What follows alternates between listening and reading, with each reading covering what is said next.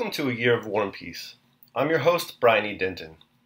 A Year of War and Peace is a daily, year-long, chapter-by-chapter reading of and meditation on Leo Tolstoy's epic novel, War and Peace.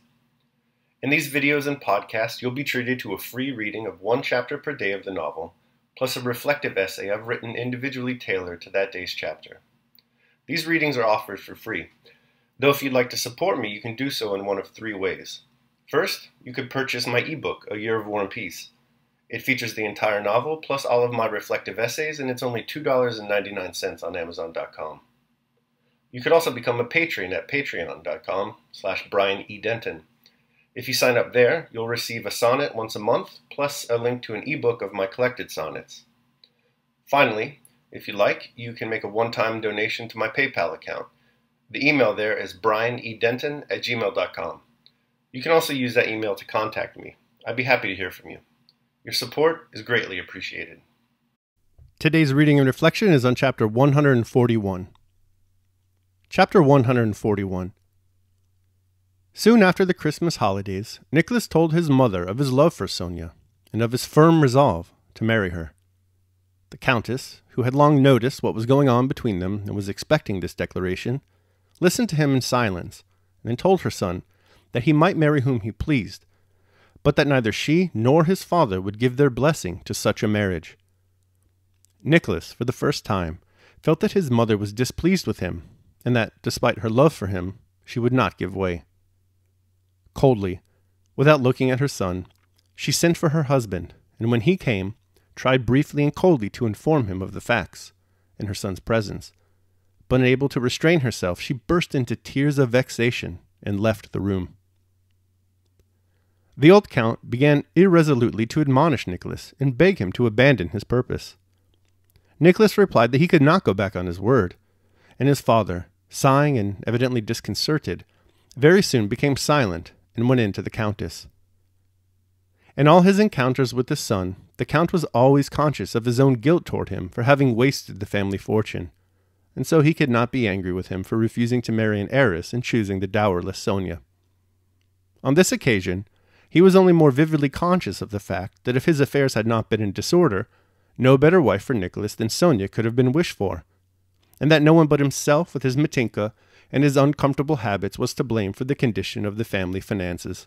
The father and mother did not speak of the matter to their son again, but a few days later the Countess sent for Sonia, and, with a cruelty neither of them expected, reproached her niece for trying to catch Nicholas and for ingratitude. Sonia listened silently, with downcast eyes, to the Countess's cruel words, without understanding what was required of her. She was ready to sacrifice everything for her benefactors.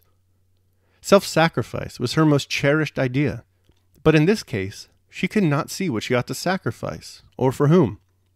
She could not help loving the Countess and the whole Rostov family, but neither could she help loving Nicholas and knowing that his happiness depended on that love. She was silent and sad, and did not reply.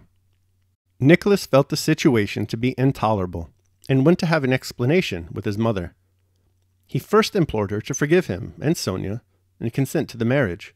Then he threatened that if she molested Sonia, he would at once marry her secretly. The Countess, with a coldness her son had never seen in her before, replied that he was of age, that Prince Andrew was marrying without his father's consent, and he could do the same, but that she would never receive that intriguer as her daughter. Exploding at the word intriguer, Nicholas, raising his voice, told his mother he had never expected her to try to force him to sell his feelings, but if that were so, he would say for the last time. But he had no time to utter the decisive word, which the expression on his face caused his mother to await with terror, and which would perhaps have forever remained a cruel memory to them both. He had not time to say it, for Natasha, with a pale and set face, entered the room from the door at which she had been listening. "Nicholas, you are talking nonsense. Be quiet, I tell you," she almost screamed, so as to drown out his voice. "Mamma, darling, it's not all so—" "My poor sweet darling," she said to her mother, who, conscious that they had been on the brink of a rupture, gazed at her son with terror, but in the obstinacy and excitement of the conflict, could not and would not give way. "Nicholas, I'll explain to you. Go away. Listen, Mamma, darling," said Natasha. Her words were incoherent, but they attained the purpose at which she was aiming. The Countess, sobbing heavily, hid her face on her daughter's breast, while Nicholas rose, clutching his head, and left the room. Natasha set to work to effect a reconciliation, and so far succeeded that Nicholas received a promise from his mother that Sonia should not be troubled, while he on his side promised not to undertake anything without his parents' knowledge.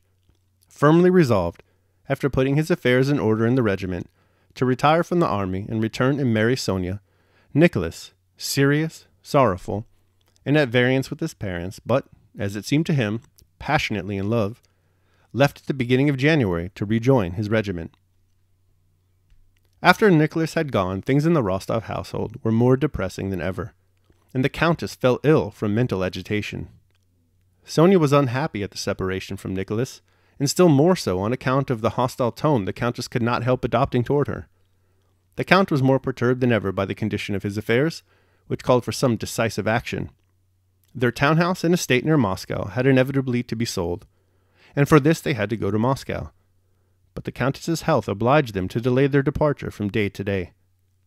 Natasha, who had borne the first period of separation from her betrothed lightly and even cheerfully, now grew more agitated and impatient every day.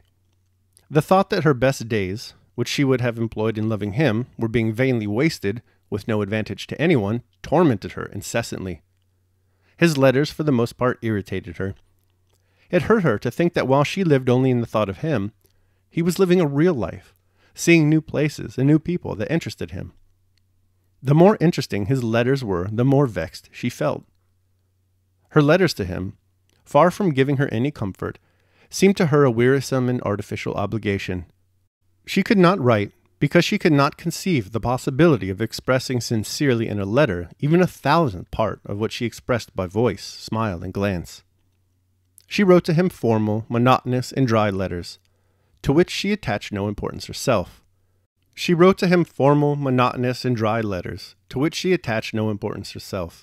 And in the rough copies of which the Countess corrected her mistakes in spelling.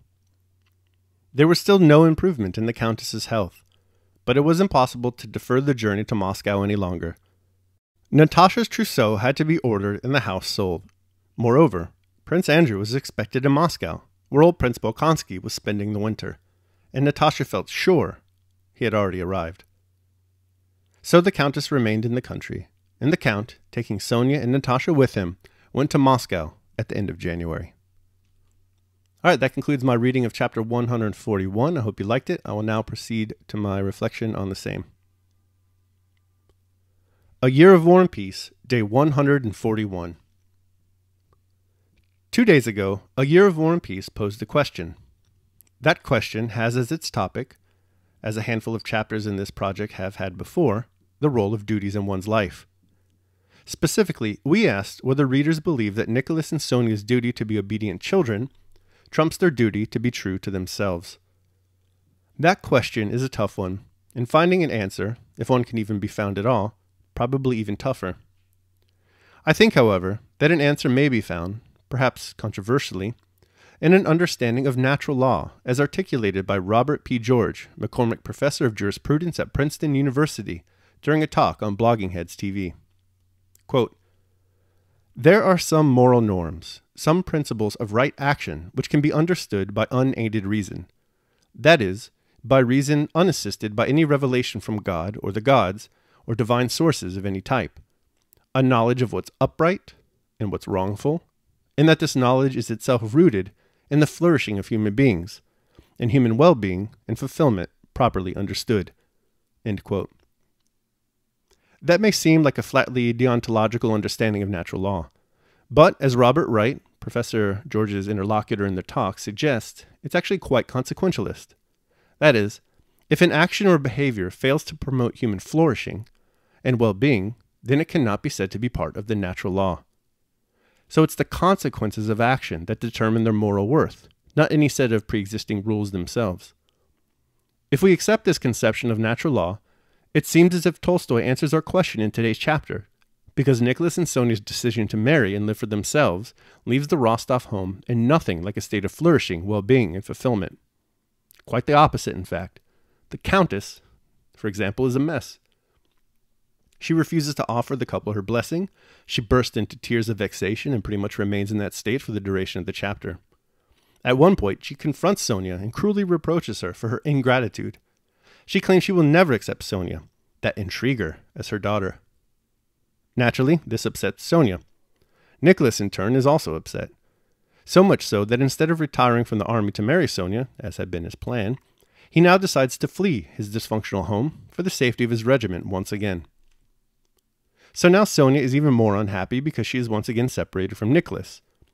The funk of the house even throws Natasha into agitation and impatience. She starts to sour on her relationship with Andrew. The Count, financial pressures building, decides that the estate near Moscow must be sold. In order to sell it, the family needs to go to Moscow. That's impossible, however, as the Countess is literally sick and tired of it all and rendered immobile. They wait a bit, but the frustration and disappointment is so much for her that it becomes clear she cannot make the journey, so the Count takes Natasha and Sonia with him to Moscow, leaving her behind. In summation, the Rostov family is separated and under great distress. Perhaps this mess could have been avoided had Nicholas and Sonia, contra Hume, curbed their passion and reasoned their way towards their proper duties. Whether that's possible is the subject of a different essay, but at the very least it can serve as an ideal model of decision-making.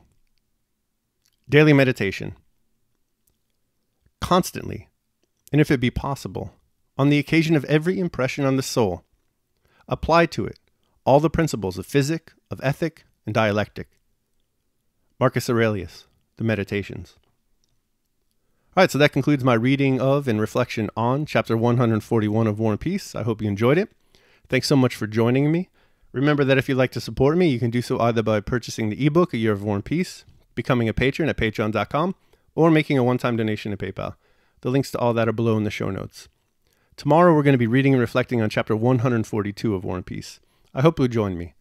Until then, take care of yourselves and others.